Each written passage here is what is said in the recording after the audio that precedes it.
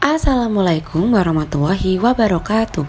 Hari ini kita akan belajar tentang pembelajaran berdiferensiasi topik 1, ruang kolaborasi dan demonstrasi kontekstual dari kelompok 6.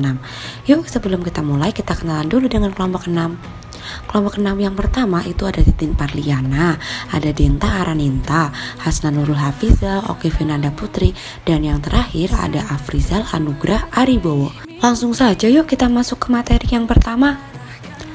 Materi yang pertama ada definisi pembelajaran berdiferensiasi. Menurut Tomlinson, pembelajaran berdiferensiasi adalah proses belajar mengajar di mana peserta didik dapat mempelajari materi pelajaran sesuai dengan kemampuan, apa yang disukai dan kebutuhannya masing-masing, sehingga mereka tidak frustasi dan merasa gagal dalam pengalaman belajarnya. Setelah itu, Tomlinson dan Moon menyatakan ada 5 prinsip dasar yang membantu guru dalam menerapkan pembelajaran berdiferensiasi.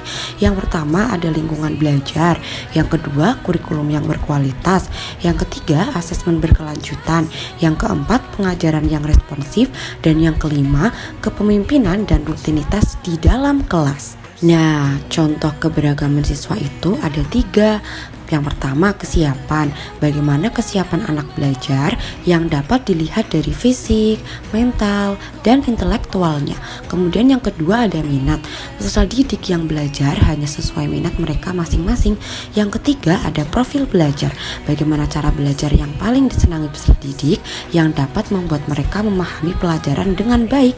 Lalu teori apa saja sih yang mendukung? Yang pertama ada teori sistem ekologi, teori yang fokus pada konteks sosial di mana anak tinggal dan orang-orang yang mempengaruhi perkembangannya. Yang kedua, teori multiple intelligence, kemampuan seseorang memecahkan persoalan yang nyata dan dalam situasi bermacam-macam. Teori ini tidak hanya diukur oleh tes IQ. Yang ketiga, teori zone of proximal development, mengacu pada rentang kemampuan yang dapat dilakukan seseorang dengan bimbingan seseorang ahli, namun belum dapat dilakukan sendiri. Oke, segitu dulu ya pembelajaran hari ini. Semoga bermanfaat bagi kalian semua. Bye-bye.